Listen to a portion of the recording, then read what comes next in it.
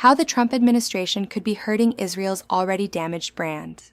President Donald Trump joined with Israel to launch the Iran war at an inauspicious time for the U.S.-Israeli relationship.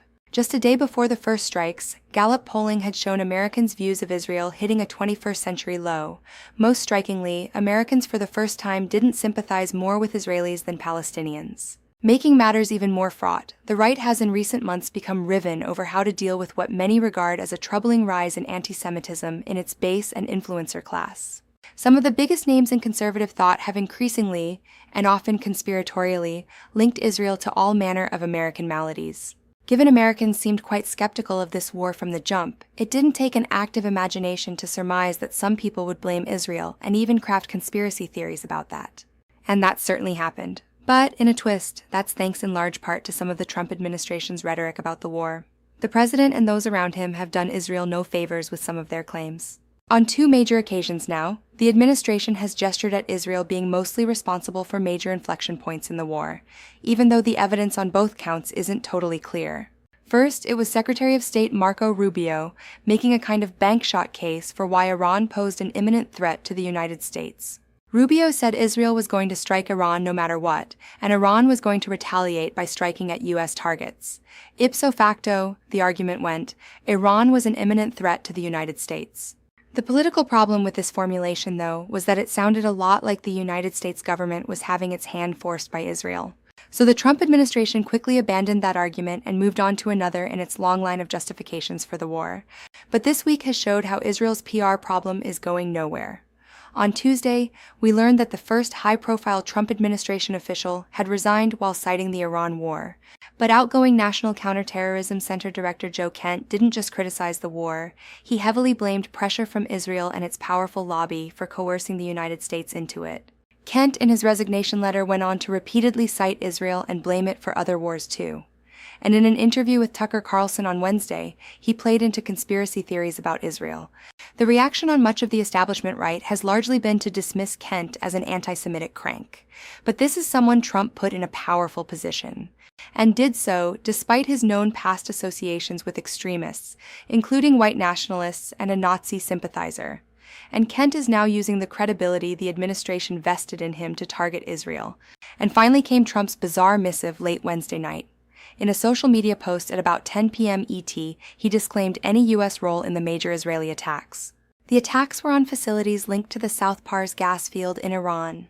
The United States knew nothing about this particular attack, Trump maintained. Trump also threatened to massively blow up Iran's portion of the gas field if it keeps attacking Qatar.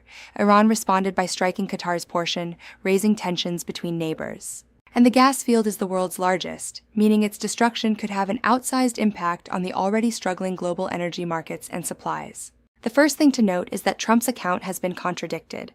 A U.S. source has told CNN that the U.S. was aware of the strike, and an Israeli source has said the two sides coordinated on the strike. Experts, including former U.S. Ambassador Dan Shapiro, have noted it would be shocking if Israel didn't loop the U.S. in. But setting that aside, Trump's comments, much like Rubio's, imply that Israel is singularly responsible for this escalation. Disclaiming involvement might serve Trump's domestic political purposes, but it doesn't help Israel's reputation in the United States. It feeds theories like Kent's. Israeli Prime Minister Benjamin Netanyahu on Thursday said Israel had acted alone in a strike on a processing facility linked to the South Pars gas field.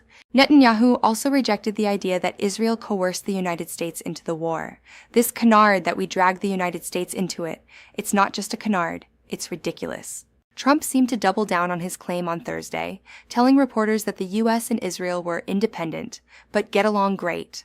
He said of Netanyahu, "It's coordinated, but on occasion he'll do something, and if I don't like it, and so we're not doing that anymore." But the situation is again posing uncomfortable questions for the administration. At Thursday's Pentagon briefing, a reporter asked Defense Secretary Pete Hegseth about Trump's post. Hegseth didn't address the substance of Trump's post, instead offering vague assurances. "We hold the cards, we have objectives. Those objectives are clear," he responded. Later that morning, Director of National Intelligence Tulsi Gabbard was asked why Israel would strike against Trump's wishes. "I don't have an answer for that," she responded. Gabbard was then asked if Israel's objectives aligned with the United States, and she again appeared stumped. After a long pause, she said she was thinking carefully about it. She eventually acknowledged that Israel was more focused on taking out Iran's leadership, while the U.S. was more focused on disarming Iran, both nuclear and conventional. Also at the hearing, CIA Director John Ratcliffe confirmed that what Rubio said had a real basis in U.S. intelligence, citing a body of evidence. Ratcliffe said the U.S. would be immediately attacked in a conflict between Iran and Israel, regardless of whether the United States stayed out of that conflict. This war was always going to be a tough sell with the American people and a real test of the U.S.-Israeli relationship.